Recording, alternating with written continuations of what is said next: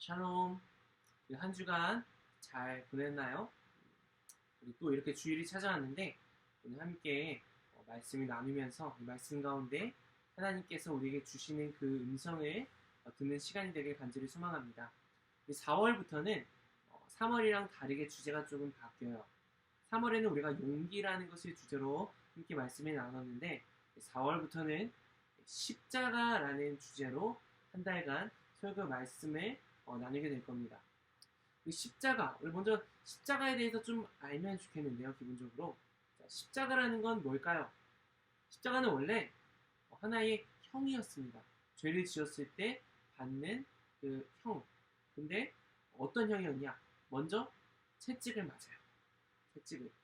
근데 이 채찍을 맞는 게 대충 해서 좀 맞는 그런 게 아니고 너무나 고통스러워서 채찍을 맞다 죽는 사람도 너무나 많았고 어떤 사람은 이 채찍 맞는 게 너무 고통스러워서 자살을 할 정도로 그렇게 고통스러운 채찍을 맞습니다. 그리고 자기가 지게 될, 못 박히게 될 십자가를 지고 이제 그 장소로 가요. 못 박힐 장소로. 그리고 가서 십자가에 못 박힙니다. 손과 발에 못을 박죠. 그러면 이 박힌 곳에서 화상품이 일어납니다. 그리고 이제 계속 못 박혀 있는 동안에 이 몸의 무게를 견디지 못해서 나중에 어깨가 탈골이 돼요. 그러면서 숨을 쉴 수 없는 상황에 갑니다. 피는 계속 흐르고요. 그래서 약 1000번 정도를 기절했다 깨어났다를 반복하다가 결국에 죽음에 이르게 되는 이 무서운 형벌이 바로 십자가형입니다. 그래서 이 당시에 십자가라는 단어를 들었을 때 사람들은 너무나 무섭고 두려워하고 너무나 잔인해서 정말 좋지 않은 단어였어요. 이 십자가라는 단어는. 너무나 무시무시한 단어였습니다. 그런데 예수님께서 이 십자가라는 단어의 의미를 바꾸셨어요. 뭘로 바꾸셨냐? 사랑, 희생, 섬김, 승리, 능력이라는 의미로 오늘날 십자가의 의미를 예수님께서 바꾸셨습니다. 그래서 오늘날 우리가 교회 갈 때 교회도 십자가가 걸려있죠. 건물에. 그렇죠? 그리고 십자가를 볼 때마다 우리는 두려워 떨거나 그러지 않고 예수님을 바라보게 되죠. 바로 이렇게 십자가의 의미를 예수님께서 바꾸셨다는 겁니다. 그래서 우리가 이 십자가를 깊이 알 때, 깊이 경험할 때 참된 십자가의 그 의미를 살아내는 그리스도인으로 살아갈 수가 있게 됩니다. 어떤 유명한 신학자는 이런 말을 했습니다. 하나님을 경험하는 삶이란 뭘까? 하나님을 경험하는 삶, 모든 그리스도인이 꿈꾸는 삶이죠. 하나님을 날마다 경험하는 삶. 하나님을 경험하는 삶은 다름이 아니라 하나님이 일하시는 곳에 있는 그곳으로 가는 삶이 바로 하나님을 경험할 수 있는 삶이라고 말합니다. 하나님이 일하시는 곳에 가는 곳. 마찬가지로 이 십자가를 경험하는 삶은 무엇일까요? 맞아요. 십자가를 향해 가는 겁니다. 근데 이미 그 길을 가신 분이 계세요. 바로 예수님이시죠. 그래서 우리는 성경 말씀을 통해서 십자가를 향해서 가신 예수님의 길을 따라갈 수 있습니다. 그래서 우리 4월 한 달간 예수님의 길을 우리가 같이 함께 따라가면서 이 말씀을 깊이 있게 묵상하고 우리 마음 가운데 받아들였을 때 이 4월이 끝났을 때는요. 우리의 신앙이 이전과는 확연히 달라져 있을 거예요. 그 믿음을 가지고 우리가 이 말씀을 듣고 묵상하는 겁니다. 전도사님이 말을 잘해서가 아니고 살아있는 하나님의 말씀 그 자체가 여러분의 영혼 가운데 찔러 들어가서 여러분들을 새롭게 변화시킬 거예요. 전도사님은 그걸 믿어요. 여러분들도 그걸 믿고 4월 한 달간 그 말씀을 깊이 있게 집중해서 귀한 마음으로 받길 소망합니다. 자, 하지만 문제가 하나 있어요. 뭐가 문제일까? 뭐가 문제일까요? 굳은 살이 문제입니다. 네? 굳은 살이요? 갑자기 왜 굳은 살이요? 질문을 할 수 있겠죠. 뭐냐면 비유로 말을 한 건데 자, 우리 굳은 살이 박히면 문제가 있어요. 제대로 굳은 살이 박힌 곳에는 제대로 느낄 수가 없습니다. 발바닥에 굳은 살 박힌 곳을 바늘로 이렇게 살짝 찔러보면은 아프지 않아요. 굳은 살이기 때문에.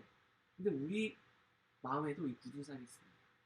그래서 예수님 십자가라는 단어를 들었을 때 별 감흥을 느끼지 못해요. 예수님의 사랑, 헌신, 소망, 능력, 부활 이런 것들을 일체 느끼지 못하는 이 굳은 살이 우리 마음 가운데 있어요. 전도사님에게도 있어요. 그래서 이 굳은 살을 우리가 매 주마다 조금씩 제거해 나갈 겁니다. 때로는 쉽지 않아요. 때로는 제거하고 싶지 않을 때도 있을 겁니다. 하지만 우리가 말씀을 진실하게 듣고 하나님 앞에 순종할 때에 하나님께서 우리의 굳은 살을 제거해 주실 거예요. 그 마음으로 우리가 오늘 말씀을 보내주겠습니다. 우리 서론이 좀 길었는데 우리 설명을 좀 해주느라 4월 한 달 함께 말씀 보도록 하겠습니다. 자, 오늘 말씀은 누가복음 5장입니다. 누가복음 5장 1절부터 11절까지 누가복음 5장 1절부터 11절까지 자, 우리 성경책 다 준비했죠? 혹시 지금 성경책 안 가지고 있는 친구가 있다면 성경책 챙겨서 오도록 해주세요. 반드시 꼭 하나님 앞에 예배드리는 우리의 아주 기본적인 최소한의 정성과 태도입니다. 자, 성경을 펴서 보면 좋겠어요. 자, 누가복음 5장입니다. 누가복음은 신약의 마태, 마가, 누가 복음이죠. 누가복음 5장 1절에서 11절 함께 읽도록 하겠습니다. 무리가 몰려와서 하나님의 말씀을 들을 때 예수는 게네사렛 호숫가에 서서 호숫가에 배에 두 척이 있는 것을 보시니 어부들은 배에서 나와서 그물을 씻는지라. 예수께서 한 배에 오르시니 그 배는 시몬의 배라. 육지에서 조금 떼기를 청하시고 앉으사 배에서 무리를 가르치시더니 말씀을 마치시고 시몬에게 이르시되 깊은 데로 가서 그물을 내려 고기를 잡으라. 시몬이 대답하여 이르되 선생님 우리들이 밤이 새도록 수고하였을 때 잡은 것이 없지만은 말씀에 의지하여 내가 그물을 내리리이다 하고 그렇게 하니 고기를 잡은 것이 심히 많아 그물이 찢어지는지라. 이에 다른 배에 있는 동무들에게 손짓하여 와서 도와달라 하니 그들이 와서 두 배의 채움에 잠기게 되었더라.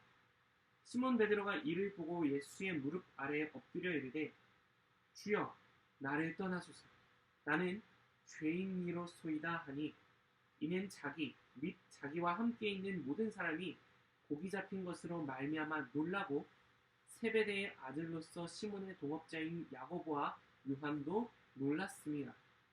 예수께서 시몬에게 이르시되 무서워하지 말라. 이제 후로는 내가 사람을 취하리라 하시니 그들이 배들을 육지에 대고 모든 것을 버려두고 예수를 따르니라. 아멘. 자, 오늘 말씀은 예수님께서 광야에서 시험을 마치시고 본격적으로 복음을 전하시는 일을 시작하시는 초반의 장면입니다. 아직 예수님의 제자들은 없고요. 예수님께서 이제 제자들을 한 명 한 명 부르시는 장면인데요. 자, 오늘 보니까 이 게네사렛 갈릴리 호숫가에서 이 장면이 시작이 됩니다. 수많은 무리들이 예수님께 몰려와서 예수님이 말씀하시는 이 하나님의 말씀을 듣고자 했던 것 같아요. 그런데 2절을 보니까 갈릴리 호숫가에서 물고기를 잡던 어부들은 이 무리들과 다르게 그물을 씻기에 바빴습니다. 그물을 씻기에 바빴어요. 어부인 그들에게 중요한 것은 그들에게 물고기를 잡을 수 있게 해주는 이 그물이지 예수님의 설교는 아니었거든요. 예수님의 설교를 듣는다고 해서 물고기를 더 잡을 수 있는 건 아니었습니다. 그들이 물고기는 이 어부들의 인생을 책임질 아주 중요한 수단이었습니다. 물고기를 많이 잡아야 풍요롭게 살 수가 있었을 테니까요. 자, 그런데 그때 예수님께서는 그물을 씻고 있던 어부들의 배 중에서 특별히 시몬의 배를 지목하십니다. 그리고 그 배에서 하나님의 말씀을 전하기 시작하셨죠. 3절에서 이 장면이 나오는데요. 우리는 여기서 좀 주목해서 보아야 할 것이 있습니다. 예수님께서 먼저 이 시몬에게 반응하셨다는 거예요. 시몬이 먼저 예수님을 알아보고 예수님 하나님 말씀을 듣겠습니다 라고 먼저 다가온 게 아니에요. 오히려 시몬은 다른 말씀에 참고하면 좀 달라질 수 있겠지만 오늘 본문에서 시몬은 예수님에 대해서 따로 큰 관심을 주지 않고 오히려 지금 그물에 관심이 있는 것 같습니다. 시몬과 함께한 어부들은. 자, 근데 예수님께서 먼저 시몬을 택하셔서 시몬의 배에 오르셨어요. 마찬가지로 예수님께서 오늘날에도 우리를 향해서 먼저 찾아오십니다. 먼저 우리를 사랑하셨고 먼저 우리를 아셨기 때문에 먼저 우리를 찾아오시는 거예요. 심지어 내가 예수님을 바라보지 않고 헛된 것들을 바라보고 있을 때조차도 예수님께서는 그것과 상관없이 먼저 우리를 찾아오십니다. 이것이 바로 여러분 은혜예요. 은혜. 값없이 우리에게 주어진, 우리를 찾아오신, 우리를 선택하신 예수님의 그 은혜입니다. 자, 예수님께서 이렇게 시몬을 찾아오셔서 설교를 하실 때 원래는 물고기를 잡던 그 배가 이제는 예수님께서 하나님의 말씀을 전파하시기 위한 도구로 그 용도가 바뀌어버렸어요. 원래는 돈을 벌기 위해 이 삶을 좀 더 풍족하게 살기 위해서 사용되었던 배였는데 예수님께서 오르시는 순간 이 배가 하나님의 말씀을 선언하는 그 예수님의 발판으로 사용이 된 겁니다. 이 배의 용도가 바뀌기 시작했죠. 지금 시작은 이 배지만 앞으로 계속해서 더 많은 것들이 바뀌게 될 겁니다. 자, 이어서 한번 우리 말씀해 보도록 할게요. 자, 4절을 한번 보니까 예수님께서 이제 시몬에게 말을 거세요. 이제 이 말씀을 다 전하신 후에 시몬에게 말을 거시는데 예수님께서 시몬에게 자신이 전하는 말씀을 듣고 순종하라 이렇게 먼저 말씀을 하지 않으십니다. 오히려 어부인 시몬이 지금 계속해서 집중하고 있었던 것, 그물과 물고기에 대해서 예수님 그거에 대해서 말씀을 하세요. 4절에 이와 같이 말씀을 하십니다. 시몬아, 깊은 곳으로 가서 그물을 내려 고기를 잡거라. 깊은 곳으로 내려가라고 지금 말씀을 하고 계세요. 여러분, 깊은 곳으로 내려가라는 게 내가 이거 배경 지식이 없으면 그냥 깊은 데 가서 그물 던져라 이 정도로만 우리가 이해를 할 텐데 좀 배경 지식이 먼저 좀 있으면 좋을 것 같아요. 깊은 곳에 가서 그물을 내려 고기를 잡으라는 이 예수님의 명령은 갈릴리 호수에 대해서 먼저 좀 우리가 알아야 되는데요. 이 갈릴리 호수는 평균 수심이 25m가 넘는 깊은 호수입니다. 와, 25m면은 정말 어마어마한 거죠. 우리 키가 2m도 채 되지가 않는데 그런 사람들 12, 13명이 쭈루룩 있어야지 그 깊이에요. 빠지면 사망입니다. 사망. 전사님 수영을 잘 못하는데 빠지면 그냥 뭐 살아날 가망이 없을 것 같아요. 이렇게 깊은 호수인데 이 갈릴리 호수에서 물고기들이 주로 서식하는 장소는요. 깊은 곳이 아니라 얕은 데였다고 합니다. 그리고 어부였던 사람들은 당연히 이걸 알고 있었겠죠. 깊은 곳에서는 물고기가 살지 않는다라는 것을 수십 년간 어부로 생활해오면서 잔뼈가 굵은 이 어부들은 당연히 알고 있는 사실이었을 겁니다. 심지어 이 고기들은 낮에는 잘 잡히지도 않아요. 이 뭐 당연한 지식이겠죠 이거는. 근데 이 낮에 그리고 깊은 곳에 가서 그물을 던지라는 거죠. 어떻게 보면 이거는 이 시몬과 어부들의 자존심을 건드리는 말이었을지도 모릅니다. 왜냐면 예수님은 목수였거든요. 예, 목수인데 어부한테 말도 안 되는 지금 말을 하는 겁니다. 어떤 시몬은 마음속에 이런 마음이 들었을지도 몰라요. 이렇게 말하고 싶었을지도 몰라요. 예수님이 이 고기 잡는 거에 대해서 뭘 아십니까? 뭘 아신다고 우리에게 그렇게 훈수를 두시는 거예요, 예수님. 뭐 잘 알지도 못하면서. 심지어 밤새, 이전까지 밤새 물고기를 잡았기 때문에 피곤해요. 밤새 잡아서. 너무나 피곤해서 빨리 집에 가서 자고 싶은데 그런 시몬에게 예수님께서 깊은 곳에 가서 그물을 던져라 라고 말씀하시는 겁니다. 하지만 시몬은 이 예수님의 말씀에 순종합니다. 그러겠다고 합니다. 여기서 먼저 근데 시몬이 예수님께 순종하겠습니다 이 말만 하는 게 아니에요. 5절에 보니까 순종은 하지만 그 전에 이런 말을 합니다. 한번 5절에 전도사님 읽어볼게요. 시몬이 대답하여 이르되 선생님 우리들이 밤이 새도록 수고하였을 때 첫 번째 밤이 새도록 수고했다라고 말합니다. 두 번째 잡은 것이 없지만은 그러니까 첫 번째 우리가 밤새 수고하였지만 두 번째 잡은 것은 없습니다. 자, 여기서 수고했다, 수고했다 이 단어 원어로 보면요, 그리스어로 보면은 코피아오예요. 코피아오. 이 발음이 재밌죠? 저는 이렇게 외워요. 아, 코피 난다. 아오. 코피아오, 코피아오 할 정도로 몸이 녹초가 될 때까지 모든 것을 쏟아붓고 고분분투하며 투쟁하는 것. 이런 의미를 가지고 있는 게 수고한 거예요. 수고한 거. 단순히 우리나라 말로 그냥 수고했어 이 정도가 아니고 온몸이 녹초가 될 때까지 고분분투하면서 전심전력으로 예, 한 그것들을 이제 그것들이 코피아오입니다. 예, 베드로 이렇게까지 노력했다는 거예요. 밤새도록 물고기를 잡으려고. 이것이 내 인생에 더욱더 풍성한 무언가를 물질을 채워주고 내 인생을 더욱 행복하게 해줄 거라고 믿었기 때문에 모든 것을 다해서 노력한 거예요. 근데 그 결과는 뭐였죠? 아무것도 없었습니다. 아무것도 없었어요. 단 한 마리조차 없었습니다. 물론 이전까지는 이렇게 열심히 하면 적당히 물고기를 잡았었겠죠. 또 때로는 조금의 노력만으로도 엄청난 물고기를 많이 잡았을 수도 있었을 겁니다. 그런 경험이 있었을 거예요. 근데 오늘은 특별히 예수님께서 시몬 베드로에게 말씀하시기 위해 물고기들을 예수님의 능력으로, 하나님의 능력으로 깊은 곳으로 모신 것 같아요. 무엇을 예수님 말씀하시고 싶었던 것이냐면, 야 베드로야, 너가 정말 너의 모든 인생에 다 바쳐서 너를 행복하게 만들어줄, 너의 그 공허한 마음을, 갈급한 마음을 채워줄 것으로 여겼던 이 물질, 이 물고기들이 사실 아무것도 아닌 것 같아. 아니란다. 나와 비교하면 그 물고기들은 아무것도 아니야. nothing. 아무것도 아니고 너에게 그 어떠한 것도 궁극적으로 너를 채워줄 수 있는 것이 아니란다. 이것이 예수님께서 베드로에게 말씀해주고 싶었던 것 같아요. 그래서 베드로가 아무것도 잡지 못했기 때문에 예수님 말씀에 순종을 합니다.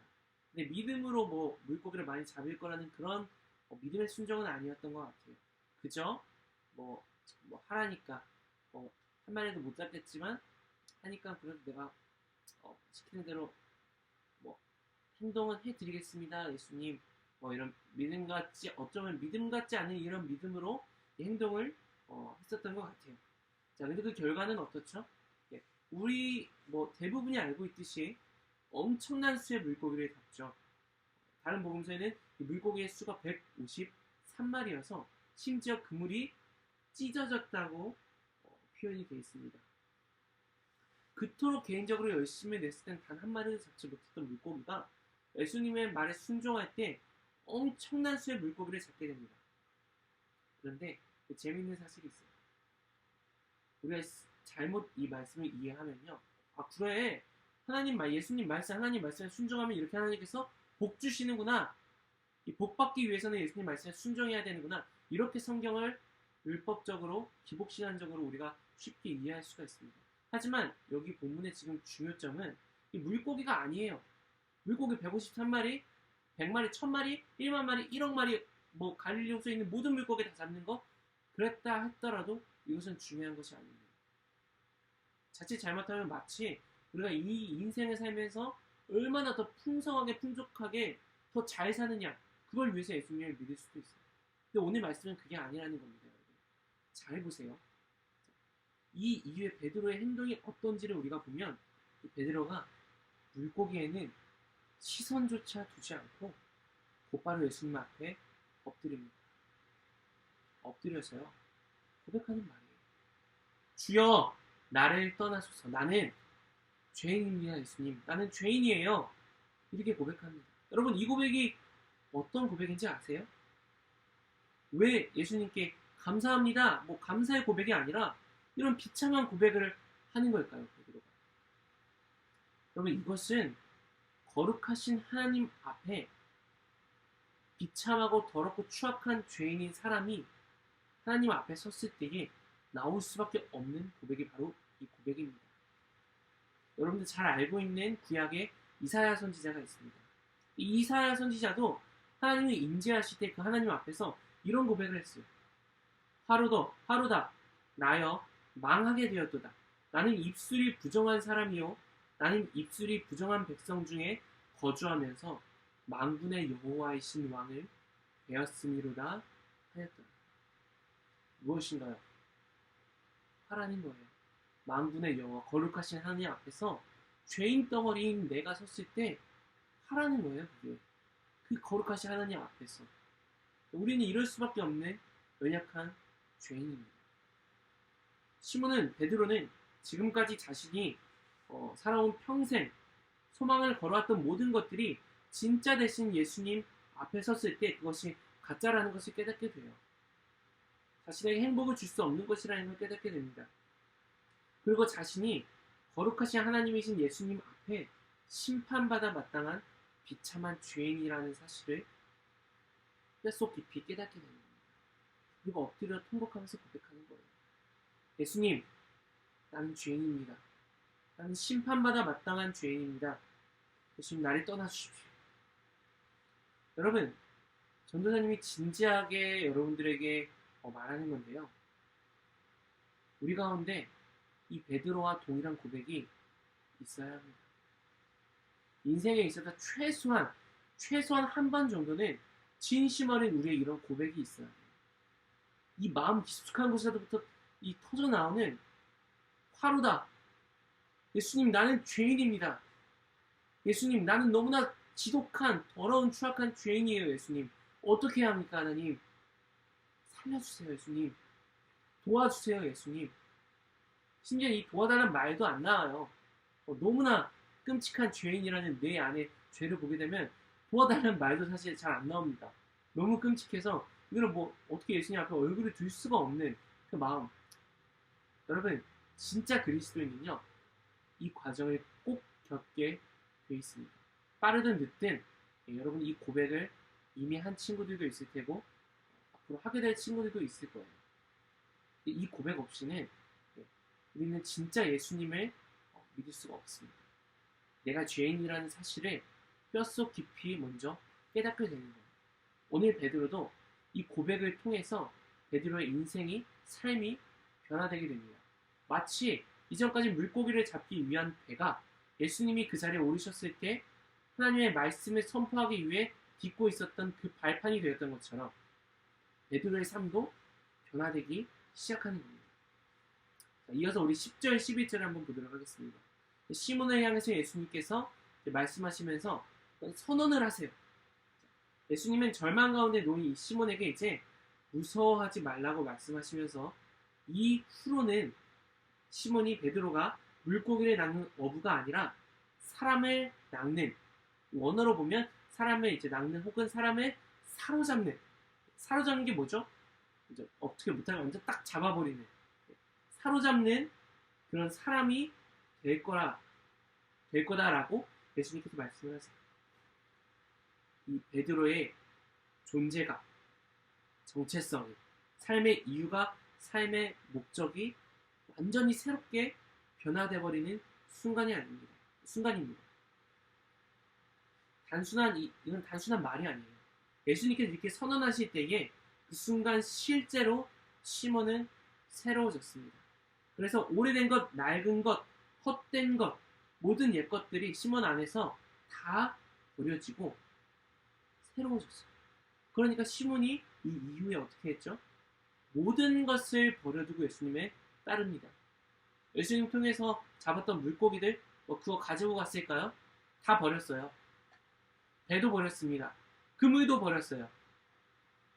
가족들도 다 버려두고 예수님에 따랐습니다. 가족을 버렸다는 건 실제로 가족을 막 이렇게 그런 게 아니고 가족과 함께하며 살 수 있는 것들을 뒤로 하고 예수님에 따랐다는 거예요. 더 큰 가치를 예수님께 주었다라는 거예요. 어떻게 이렇게 될 수 있었죠? 새롭게 되었기 때문에 예수님을 통해서. 새롭게 되지 않으면 절대 못 버려요. 이렇게 절대 버릴 수가 없습니다, 여러분. 십자가를 통해서 새롭게 됐기 때문에 이제 그 십자가를 향해서 가는 예수님과 함께 그 십자가의 길을 가고자 하는 겁니다.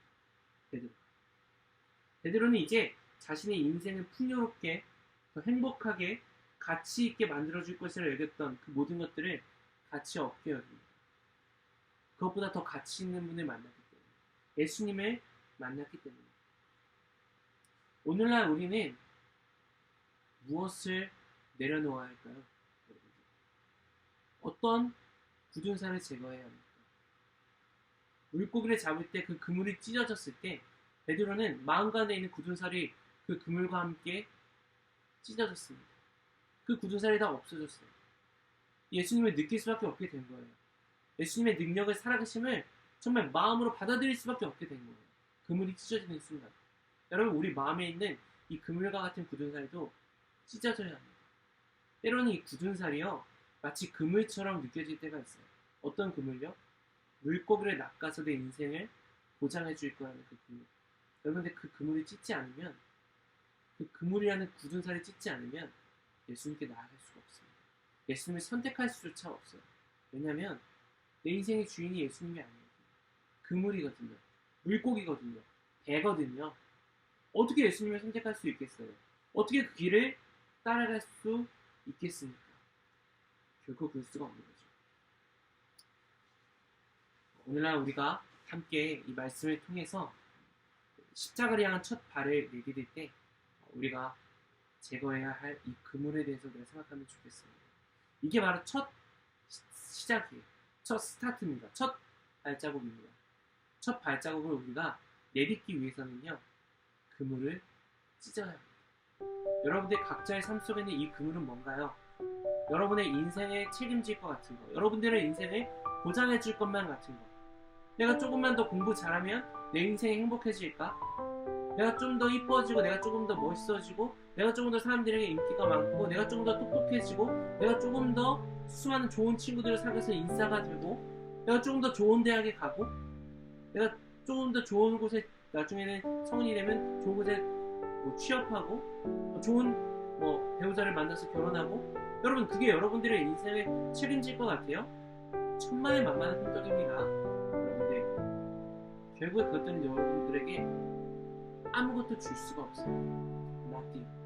아무것도 안 해요. 여러분들의 삶의 진정한 만족은요, 예수 그리스도밖에 없어요. 예수님께서 가신 그 십자가의 길, 그 길만이 유일한 우리가 가야 할 길입니다. 그 길이 우리의 인생의 이유가 되고 목적이 되는 거예요. 지금 우리 함께 기도할 때에 하나님 앞에 솔직하게 우리가 고백하고 나아갔으면 좋겠어요. 나는 과연 어떤 자인가? 베드로처럼 혹시 나는 배와 그물과 물고기를 나의 주인으로 여기고 나의 가치로 여기고 살아가지 않는다. 그래서 내가 예수님의 길을, 십자가의 길을 전혀 따라가지도 못하고 한 걸음도 내딛지 못하고 지금까지 살아온 것은 아닙니다. 그렇게 회개하며 기도할 때에 여러분, 예수님께서 먼저 시몬에게 다가오셨던 것처럼 지금 여러분들이 기도하는 이 순간에 예수님께서 전도사님과 여러분들에게 찾아오시고 성령을 통하였어요. 그리고 여러분들 마음 가운데 물고기를 새롭게 만드시고, 그게 시작이에요. 이 시작을 통해서 점차적으로 여러분의 모든 영혼이, 마음이, 삶이 극적으로 변화돼 갈 겁니다. 한 번에는 아니더라도 계속해서 변화시켜가야 돼요. 변화될수록 우리 삶에는 어두웠던 부분들이 사라지고요, 밝은 빛으로 예수님께서 그 자리를 채워주신다.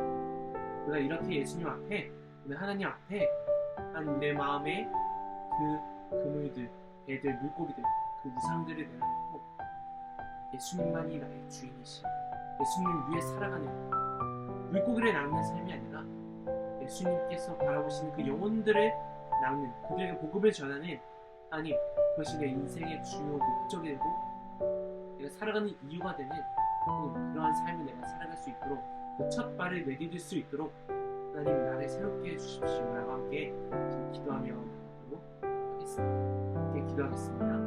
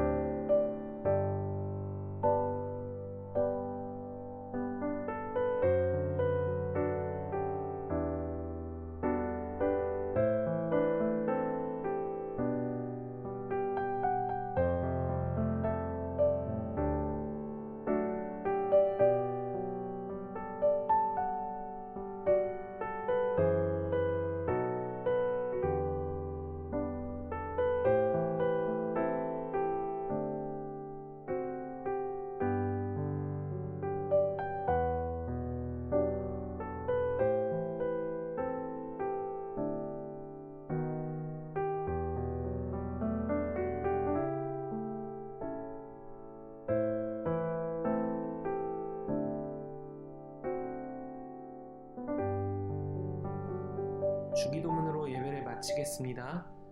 하늘에 계신 우리 아버지여, 이름이 거룩히 여김을 받으시오며 나라에 임하옵시며 뜻이 하늘에서 이루어진 것 같이 땅에서도 이루어지리라.